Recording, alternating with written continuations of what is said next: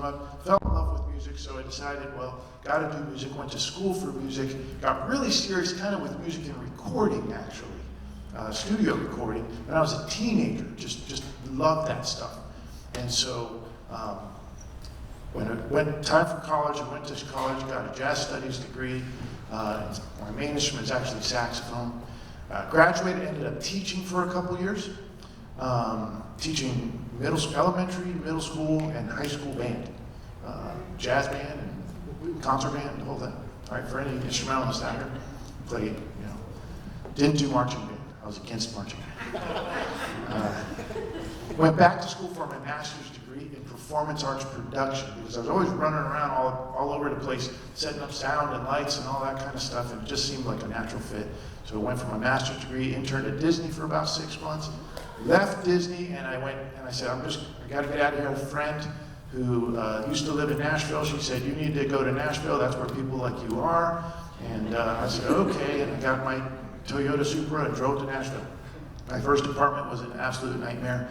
Ceiling was falling in. There was a weird guy that also shared that side, and he never came out except to heat up some chicken nuggets. It was just the weirdest thing. But anyway, ended up teaching again, as I was also just freelance musician, tried to get any gig I could get, did some touring, taught, worked at a music store downtown Nashville, just trying to survive, and paying off all my debts for the equipment that I was buying. Ended up meeting my wife, who was actually, I met her in North Jersey, of all places. She moved to Nashville, she hated it, and I had an itch to be in the church full time, and so interviewed with a church out in Western PA. And long story short, 4 kids later, we're here and pastoring a church. So crazy story. All of that to say that the journey, you need to really take steps in this journey to accumulate knowledge, but also accumulate wisdom and have a curiosity, and then really pursue creativity, because that's what's going to make things work in your situation and in your context. Not just about knowledge, but it's also about wisdom, applying that knowledge, and it's also about facing the challenges that you have with creativity, innovation, and curiosity. And that doesn't need to always mean technology. Sometimes systems, sometimes methods. You can really tap into your creativity by experimenting with things like that. So, I'm going to start off a little bit with some general principles. Here's the first thing we can do. I took my church website, I added a page to it, just for today, for you. So I'm a big mind map kind of a person, so I have a mind map for you that you can, probably be too small for your phone right now, but you can download it and look at it later if you like that sort of thing. But go to navigate.church, it's up there right now, navigate.church/band. All right, and you will see the exact mind map that I am using right now, so if you wanted to follow along, you could. If you're not familiar with mind maps, they go counterclockwise starting from the top right. And there's actually the main slides there are numbered, so you can make your way all the way around the map, and then it comes this way and goes up to the left side corner. All right, and so I dumped a bunch of stuff just on that and tried to organize it in a way that maybe it would help you. And even if you wanted to every once in a while take a look at it and get some inspiration, you could do that. So navigate.church/band, and you should see a download option, and also I put it up as a JPEG so you can take a look. All right, so let's start off with everything I know about leading a band, at least mostly, I learned in junior high. As a junior high, like I said, my instrument was saxophone, right? So 7th grade, joined the junior high school band and really learned what it meant to lead a band. And then when I became a band director, I learned even more. But how strong, here's one of the things I learned. How strong you start is how strong you'll finish. Now that's in context of a school year, okay? And I had a mentor, and she really told me so much, because I was really struggling as a teacher. I had no business being a teacher. But she really helped me, and she said, listen, you have 2 weeks, maybe 3. And everything you get right will go really well for the rest of the year. Everything you get wrong, you will fight against the rest of the year. So how do you want the students to come in to the class? How do you want them to set up their chairs? Do you want them to take out their instruments? Do you want them to warm up? Do you want them to set their music out? All this, whatever you establish, you have 2 weeks to do it. And if you don't do it then, you'll never get it back. And she was, so total, 2 years of teaching and then later 3 years of teaching, total of 5 years. She was absolutely right, which actually I have some experience because, see Aria here, I was University of adjunct professor at University of Valley Forge, same thing applies, right? How you start the semester is how it's going to go. Now you say, well, how does that work in a church environment when there are no, there's not a school year per se, right? It's continual, it's always going. Well, you have to create those. You have to make artificial start and stop times. And we have those. They're usually around holidays, right? You have a season, you have the summer, and you can create those start and stop times. How you onboard people, how you set up your system to where you're going to get people onto your team, the process that you're going to go. Are you going to do an audition? Are you going to have kind of like, it's a bad word, but a probation time where they kind of come to rehearsals, but don't start on, at services yet? All of that you need to establish, and that can be your start to your seasons. I always took holidays as a time because you're trashing the stage anyway and turning everything upside down to hang decorations and do whatever. That was a great time to, when that season was done, to gut it all, have a team come in, and we're going to clean up. Right? We're gonna vacuum behind the drum set where all those pieces of wood are all over the place. We're going to take the drums out. Actually, maybe you're going to. Some people. I consulted with a church, and we're like, well, I need to clean up this drum cage and these drums. They had those drums there for years. It was like the original drums. And I turned the drum over, and I don't know if you know much about drums. When you buy drums from the store, they put the garbage heads on there just to get them out the door. They're not investing in it. They're original heads from the store, which are garbage to begin with. It never changed a drum head. And they sound like cardboard. That's all you got. And so, anyway, those are the times and the seasons where you can do that kind of stuff. Now, if you want to gain respect from your drummers, you talk about being a leader that your band will follow. Okay, gain respect from your drummers. Learn how to tune drums. Just learn it. Information is easy to come by. You just Google YouTube how to tune drums. Do it with them. I don't know how many drummers I have who can't tune drums. They got a key. They know how to do it. In fact, I still have it. Yeah, see? There's a drum key. Everywhere I go. You know why? Because you always got to tune drums. Always. No matter where you go. If there's a drum set, you're tuning it. Because humidity changes, temperature changes, things change. First thing I do, if I sit down at a drum kit, I'm going to tune the drums. And sometimes it's just a little tweak. And sometimes you got to we're starting over. But learn how to do that. It's not that hard to do. Actually, I take that back. It is hard to do. To do it right, it's hard to do. So you should really do tutorials on that. But you should do it, and you should do it with your drummers and bring them in. They will respect you because now you know what you're talking about. Part of being a good leader is to know what you're talking about. You don't even have to know how to play drums. You don't have to be a great drummer to tune drums. You do need to be able to identify the sound you want. And then you'll be respected as someone who at least cares about the drums. And that's another thing. Anybody who cleans up cares. So if you're organizing a team to help you clean up, you're a leader that people will follow because you care, and it'll make them care. So simple things, very simple. These are things that apply really to all areas of life, not just worship. Envision. What do you want to be? Do you have a vision for your worship team? One of the first things I do when I help out worship teams is I ask them, well, what do you want to sound like? What do you want to look like? What do you want to be like? Most people can't answer that question. Well, we want to sound like Elevation. We want to sound like Jesus Culture. Well, that's just not practical. And where's your creativity? Do you want to just be a copy of that? Or do you want to, what's that? I say, yes. Yes. Okay, you agree with me. I know what you're saying. All right, but what's your vision? What's your vision for what it will? If somebody will come up to you, if your senior pastor will come up to you and say, where are we going? What does it look like? Can you paint a picture of what worship should be like? If it does copy elevation, at least it's something, you know? But it should be something. It shouldn't just be haphazard, oh, it's just, you know, whatever I got. What are you working toward? Manage. Break it down into manageable bites. Maybe you can't get there all at one step, but you've got phases to get there.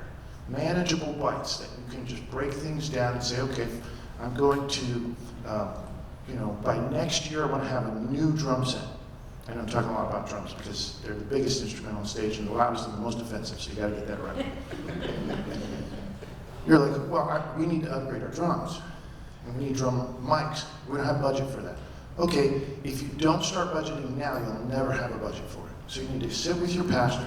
He needs to sit with the board and says, this is the amount of funds that we're going to need. Let's put this on a timeline to where we can buy a new drum set. All right, so that's how you do everything. All right, manageable bites. Just go at it with manageable bites. Have a beginning of a season. There's a budgeting season, and almost every church has a budgeting season. Usually it's around like November-ish, right? And that's the time to start putting your ideas for the next year down. What do you want to do? Now, those ideas have to fit into your vision. Right? You're not going to invest in things that don't fit into your vision. So you got to have a vision first. That's step one. Have a vision, envision. How will you get there? Manageable bites. Then you got to execute it. Here's a very important concept. Consistency. You want to be consistent. Every week, you don't want to surprise your band. You don't want to show up to your band and feel like we don't know what's going to happen next. All right? That's not a good thing. What's good is consistency. Now, you can be consistently bad. That's a bad thing. Being consistently good is what we're going for, right? All right. Let's talk about efficient rehearsals. If you want to be a good leader, you want to have success on Sunday mornings, or whenever you have your services, you have to have really efficient rehearsals. It's very tempting to look into a church that has a lot going on, and they're doing things really well, and then pick apart what they're doing as you see on the Sunday and say, well, that's how they got there. Usually what's really going on is there's all this stuff behind the scenes that has happened and probably happened for years that has come to that point. Okay, that's where the hard work is. It's in that efficiency in rehearsals. So we're envisioning how you want rehearsals to go each week. Remember what I talked about at the beginning. How do you want things to go? How do you want the students to come in? What do you want them to do first? What are your expectations? Let me just give you some ideas. We'll break some of this down. You know that for teachers have lesson plans that they have to submit at the beginning of the year. They have a scope and sequence for the whole year. And then they have lesson plans each week, and they have these nice little books where they have little boxes there, and they map out their weekdays, right? If you've ever seen a teacher's lesson plans, that's what it looks like. That's a good thing. They have a game plan, because a bad teacher's going to just walk in and say, like, I'm going to make something up today. That's not good teaching. You got to do the same thing as a leader if you want to be a leader that your band respects. Set things up before people arrive, not as they're arriving. I've seen that many times as you show up at a rehearsal and the leader is just running around as people are coming in, and he's pulled in every different direction, and he's troubleshooting and trying to fix things when probably the majority of that could have been done before anybody ever got there. If you're not full-time, it's going to be tougher. But it can still be done. You just have to think that way. Plan out your rehearsals and then tell your band what the plan is. A lot of times we have a plan for our rehearsal, but we don't tell anybody. And what I mean by that is, show up. You're set, good to go. You got everything lined up. Now tell the band, hey band, this is what we're going to do first. And then I'd like to work on this. And then we're going to break out the vocals. And then we're going to bring it all back together, and we're going to work transitions, something like that. So that now they know our rehearsal has a start time, and our rehearsal has a finish time. They might not know the exact time, but they know when they're getting close to the end, because you've just given them a plan for rehearsal. Makes them feel like they're not, like you're not wasting their time, and it gives them energy, actually, because they're like, I can see the light at the end of the tunnel. It's not just random here, okay? So that's having a plan. Know when you need to isolate. You gotta feel the room. You gotta feel when you're starting to lose your band, when their energy level is starting to fade. So schedule a different time to deal with individual problems. If you have a problem with the guitar tone, don't stop and spend 20 minutes working on guitar tone while everybody's sitting around. They're gonna get really tired of that. You might get away with that once in a while, but if you consistently are doing that kind of troubleshooting or isolate too much, I don't know, I just always had this sense of when I felt like the band was getting bored, right, and I was losing them. So I'd sit and I'd work on someone, what they're doing, or I'd show them something, and then I was getting a sense that I'm losing the room, all right? And so I'd say, you know what, let's come back at another time, you and me, and we're gonna work on this. Okay, and then I come back to the band. So you gotta have a sense of the room, and when you're working the room, to understand the pace, because pace is important. It's important with your band. Otherwise, they'll just be like, these rehearsals go so long and we don't get anything done. All right, also know, you don't always have to rehearse a whole song. Sometimes you can, if you've done a song, 500 times, don't rehearse it that night. You're like, hey, we're just gonna run this through real quick. Or maybe not at all. Just get the intro and the outro. Everybody good? All right, now move on to the hard stuff. Now you've made your rehearsal really efficient, and your band really respects you because you respect them, knowing that they have the capability of doing something. You don't want rehearsal to be too easy, because then it's boring. All right? Challenge, but don't crush. You have to know when a song is too hard. Sometimes you don't know until you actually get into rehearsal. So you're like, man, I'd like to do this song, but this is gonna stretch us. Okay, you're at rehearsal, you're going, you're thinking, this isn't gonna happen by Sunday. It's just not gonna happen. But if you force it, what you've done, which is another point we'll get into later, is you've embarrassed your band because they can't pull it off. You've put them in a position to fail instead of succeed. So you gotta have the courage to be honest with them and say, you know what, guys, I thought we could do this. We're gonna need another week at it. And so let's just can it. Let's do a song that we know really well. We're gonna slide that in right now. In fact, if you're really anticipating, maybe you see that hard song ahead of time and you schedule a backup just in case. Okay, you can just pop in and it's in Pro Presenter and ready to go. Okay, so just, you can see the theme here. You just really want to be thinking about how your rehearsal's gonna go. Break things out, have separate call and start times. Here's something that happens a lot, and I never really did this, but I wish I had, was maybe call for a 6:45 time for your rehearsal, but have a downbeat at 7 or 7:10. Because what tends to happen is people will show up at your call time, and they'll, you got guitars, got to plug things in, microphones got to be put in the right place, the keyboard gets situated, right? And there's this time where everything's just in flux. But everybody thinks that's the start of rehearsal, and there's no social time there. There's no time to kind of learn each other and feel each other and just kind of maybe develop personal chemistry or anything, or just honestly, maybe kind of, come down from work and you've been rushing all day and you're tired. You just like to sit down and breathe. So if you had a call time that was a little bit before your downbeat time, it would give you a chance to make sure everything's settled in, guitars are all tuned up, and then when you start, it's not 7:15 or 7:20, it's actually 7 o'clock, and it feels a lot better. It feels like the night is moving, okay? So that's just an idea I had that I wished I had done. Have a short, deep devotional and goals for the evening. Don't go too long on that. Every once in a while, you might feel inspired to share something on a spiritual level that you feel like the band needs this, or maybe it's just something God put on your heart, and that's great. But in general, keep Devo short, keep things moving, and get a warm-up going. All right, so again, this could be in that pre-time. What I used to do is I would start with an easy song. and one that I knew that we could do really well, usually upbeat, and we just play through a little bit of it, like maybe the chorus, the first verse and the chorus. And then I'd stop. I'd say, okay, does anybody need anything for sound? And I would actually sometimes, most of us probably have an Avion unit or personal monitor mixer, right?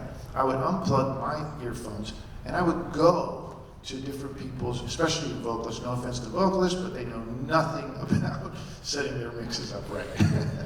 So I would go and I'd actually plug into their Avion mixer, and I would hear and I'd say, oh, do you really want to hear it? Is this really what you wanted?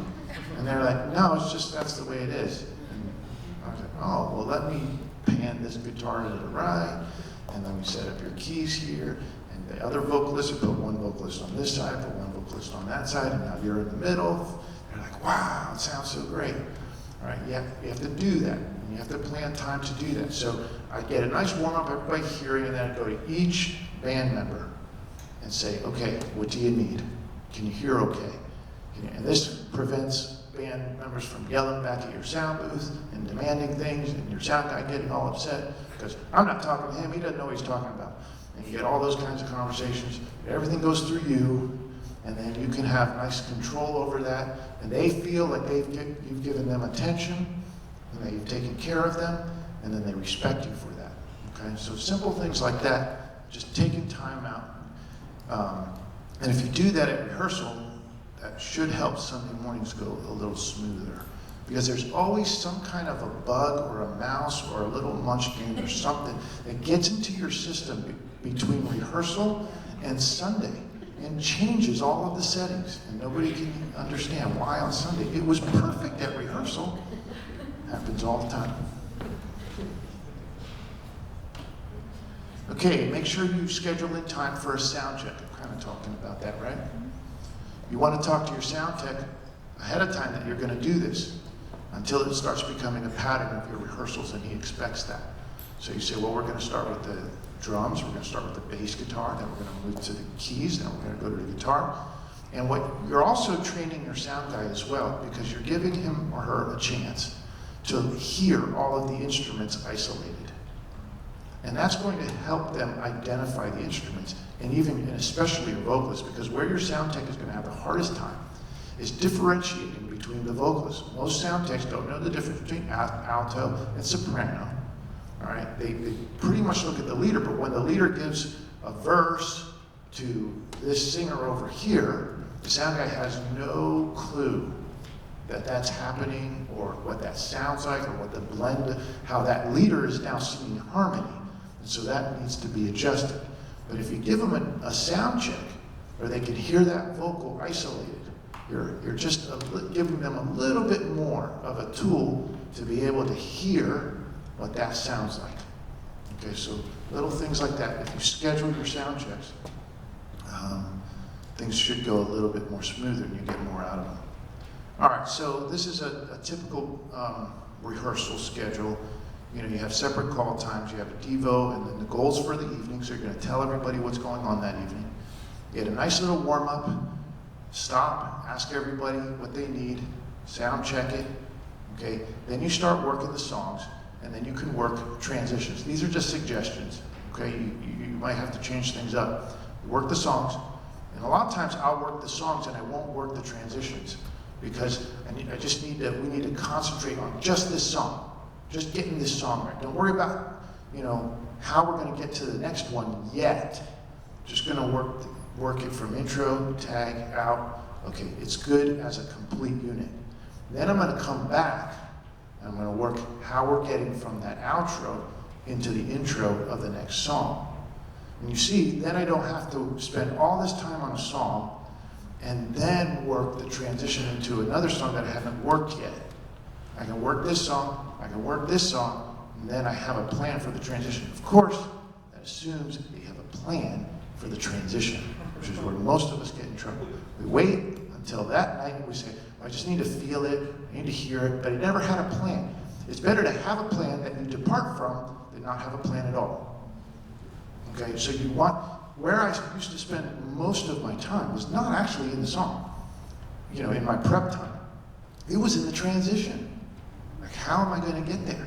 But then I need to tell the band, and with my plan, okay, and say, this is actually how we're going to do. So this is the worst words you could say in front of a band. What do you guys think? That's not a leader.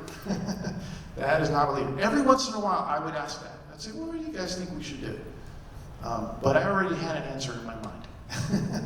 Right? If they agreed with it, then yay. But no, sometimes, honestly, I did want to hear what they had to say. But it was something that I was 50-50 on. I didn't have strong feelings about. Right? I was like, I could go either way on this. Maybe I'll open this up to them and see how they feel. Maybe they're sensing something that I'm not. That's important. That gives respect to the band. But that was rare. Most of the time, I had a plan. And that plan for the transitions is key. You gotta have a plan for the transitions. And I would also, in my rehearsal, in my own prep time, is I would know what the drums were supposed to do. I would know when the bass is gonna drop out. I would know when the keys are gonna do something different. Because if you leave it all up to, there's a good chance that your drummer showed up and didn't have time to go through it all. Right? And you might get mad at that or be like, hey, you should be a better drummer, more prep, and we talk about that in all of our meetings. And you gotta prepare and practice, but the fact is people have lives. And their life isn't centered around your worship time as much as it is, or that you've centered it around because something you're extremely passionate about. There are other things that come up in people's lives. So if you could help the drummer out and say, hey, you go to Tom's there in the bridge. I need a floor tom. Oh yeah, that's right. Okay? So don't leave it up to them. You should be the most knowledgeable person in the room, really, as far as the song's concerned. Right? And the second most knowledgeable person in the room, to be honest, should be the sound tech. Because the sound tech should know all of the parts, so he knows what to highlight and what to bring out and what to put away. So that's a place where you can have connection with your sound tech. And you can talk about the songs, even before or after, and play back a recording and say, oh, you hear that guitar cut, that second guitar coming out? He's chunking there. I want to hear that, like nice and beefy there. Can you push that? All right, so things like that give you credibility with the sound text as well. All right, then remind people and inspire them. Remind them what their purpose is and the reason they're there. Every once in a while, I would just do that, take some time to do that. So we talked about challenging but not crushing. Know when a song is too hard. Okay, this ties into putting your band in a position to succeed. You never want to put your band in a position where they're going to fail.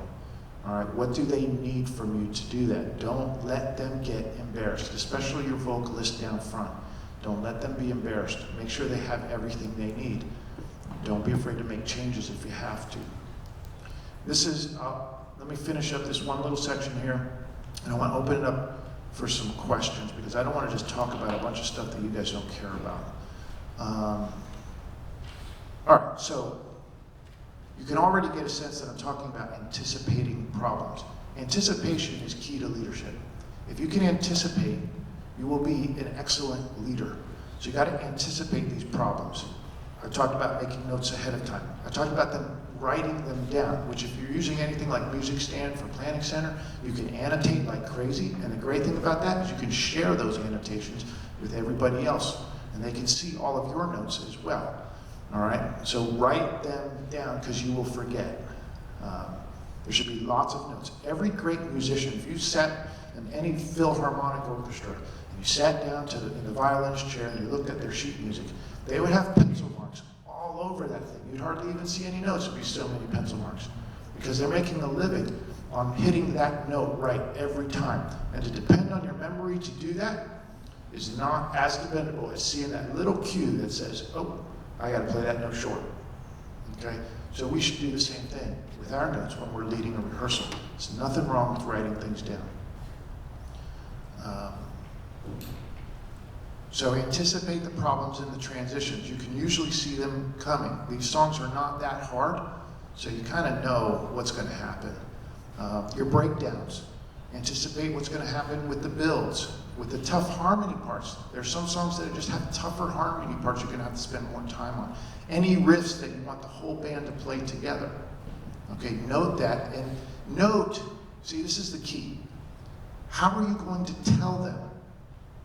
It's one thing to know that the riff goes like this. It's another thing to get them to do it. All right? So you might have to play it for them. In fact, you might start the song that way. You might say, okay, we're coming into this new song, guys. I want to show you one thing, and it's this lick, this riff, right? You haven't even gone through the song yet. Just this, all right? Everybody gets it. You have saved yourself so much frustration. Because now as you're going through the song, when they get to it, they mostly get it. Everybody's still a little rough, but if you just took some time before you even started the song and say, guitar player, bass player, keyboard player, I need you to run this riff. It's going to happen. Ready? You got the notes, G, B flat, C, C sharp, right? Give them all the notes, you run them through, and then do the song. You'll feel so great. To the point. Don't figure it out as you go along. Inspire confidence. The worst thing is a leader who, I already said that, worst things you could say is, hey, what do you think? All right, now let's break and let me get some questions so that we can have a dialogue and talk about what issues you might be facing that I haven't covered yet. All right, anybody? Don't be, jump in there. Any questions? Yes, go ahead. So, what's your name? Felix. Felix. All right, Felix. So there's been a couple times where I've experienced where I know the song is going to be super hard, and I tend to have, not like confliction, but like sometimes I have to work with the vocals separately, Yeah. and then work with the instruments together, and then bring them back together. Yes. To then do the song all over again. Yeah. Is there like a recommended, like, for practice per se? Yeah. Would you have them come in an hour early just for vocals, and then have the band come in another hour, Yeah. and then bring them back together, or would you do it on separate days? That's good, and there are a lot of different approaches to that. Some I've heard. I've never done this, but I've heard of people doing like a month's worth of music for vocals, just working it like all at once on Saturday or something, and kind of giving them what they need and recordings. And in fact, I'm seeing a lot of bands now because of Prime and Loop Community and all this stuff that they're like just giving out their tracks and expecting people to work on it their own. I have mixed feelings about that, and I'll tell you about that why later. But here's the method I used. And I never loved the method, and unfortunately, and if you have a better one, anybody has a better one, then maybe you can talk to Felix. But here's, at one point in my season, I had a vocalist that was good enough to lead the vocals, lead a vocal rehearsal. So it was beautiful, because what I would have them do is work the vocals in a separate room while I was working the instrumentalist. Oh, don't ever say this. They were working the vocalists and we were working the musicians. They're all musicians. Okay? Instrumentalist and vocalist. It's just a little pet peeve of mine. She would take the vocals and work them, and I had confidence in what she was teaching them. And then I'd work the instruments, and then they would come out when they were done. And usually it kind of work out. Maybe we'd be going a little longer, or we'd be waiting around to touch. But pretty much we landed about the same place to where when they were coming in, we were ready to run everything through. Okay, one last time. I loved that. That was my favorite setup. I lost that person, so I didn't have anybody else. I just didn't have anybody skilled enough to do it. And so what I would do is I'd have the vocalist come to the rehearsal, and I'd say, just get the form of the song. Understand how we're going to, get from A to B. All right, hang on, sing what you think is right, do your best. All right, and we're going to work after. And when we're done with the band, I would take the vocalist into my office, sit at the keyboard, and they'd take out their phones and usually record the parts, and I'd plug them out. And then we got to a point where we were good enough where I didn't even have to go through every song. What I would do is I'd go, okay, song number 1, what do you need? And someone would say, I need the bridge. And then we'd work the bridge. It would save so much time. All right, and then we'd go through every song. It usually took about 30 to 40 minutes once we got everything going, sometimes less depending on the set. And then that was it. And I found that to be really effective, like it worked. But yeah, breaking out your vocals, I think is important. The reason I alluded to this idea of just kind of sending everything out.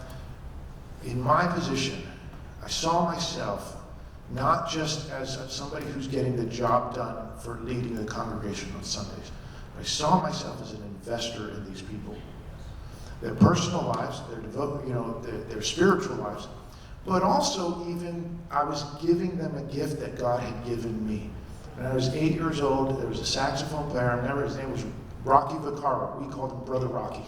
Okay, he's from New York, Brooklyn, New York, and he came down to Miami, and he was part of our church, and he played the saxophone. And he sat in the front pew, and I sat in the second pew, and I was 8 years old, and I used to just watch him play the saxophone. Well, one day he said, I went to my mom actually, and said, I'd like to teach somebody, a kid, how to play the saxophone. He said, I have 2 sons, neither of them want anything to do with music. And I gave lessons to this one kid, and he had got so frustrated that he threw his saxophone against the wall. I said, so I just want to give a kid. And he was 50 years older than me. But I remember my mom saying, I got the kid, and it was me. And the first day he came to my house, he handed me this old Buescher saxophone that he bought during the Depression. And he said, if you can learn this, then you can have it in a year. And he came to my house, and it wasn't a close drive. Every week, free of charge. Never charged my family anything. And he didn't really know a lot about music, but everybody loved the way Brother Rocky played the saxophone. Everybody loved it. And after about a year, he sat back one day and he said, well, that's everything I know. You're on your own. And that was it. And it changed my life. Honestly, it changed my life. Like saxophone, like I said, I was a jazz studies major, played saxophone. There's someone who invested in me. So every time I teach somebody how to sing a harmony part, or maybe how to develop their range, or say do this but don't do that. Let's warm up this way. Here's a good warm up for you to work out at home. Every time I do something like that, I'm giving them a gift. I can't do that with a track. I can't tell someone, hey, you've got to work on your pitch there, try to get that just right. Support, you need to take a deeper breath. You need a placement, a little higher, drop your larynx, something like that. You do something, you're giving somebody a gift. And that's just as important as getting the job done on Sunday. And that's what I call ministry. Not just to the congregation, but to your band. All right. So that's a great question. Thanks for asking that. Anybody else have a question? All right.